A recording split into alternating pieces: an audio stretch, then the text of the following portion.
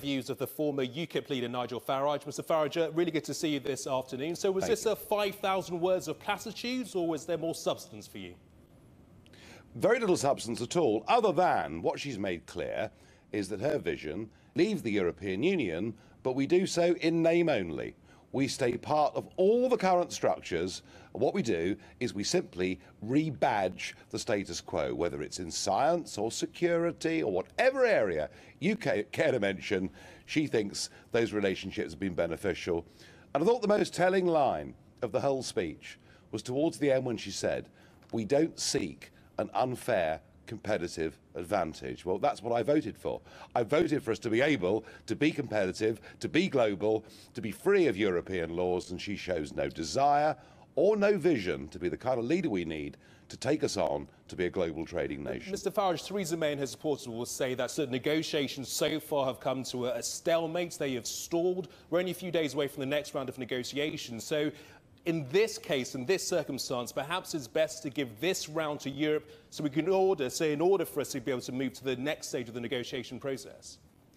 Anyone that's worked in business knows that when you enter a negotiation, both sides have to be prepared to walk away from the table and for there to be no deal.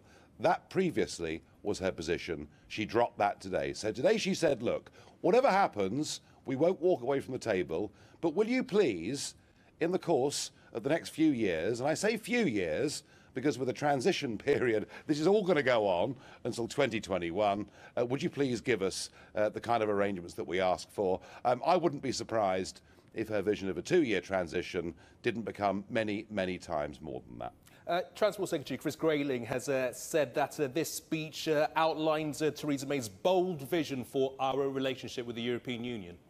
Well, it outlines a vision for our relationship with the European Union being virtually unaltered, but just under a different series of badges and titles.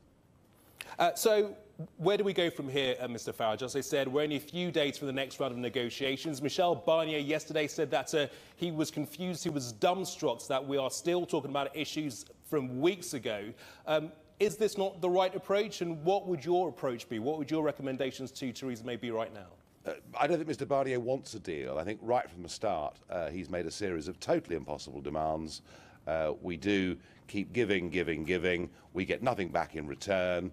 The idea that because we pay a membership fee for 2 further years, that'll satisfy Mr Barnier financially, I think, frankly, is for the birds. The only hope, I think, that the Brits have got is to go above the people living and working in Brussels, to go straight to the member state governments, to go straight to the manufacturers who make cars and wine and sell it in this country, and try and get some pressure put on there for a sensible trade deal. And if that route doesn't work, then rather than waste years of our lives, rather than sending out a signal to the rest of the world that we won't be open for business until at least 2022, it would be better, if we're not going to get a decent deal, to walk away from it and start again.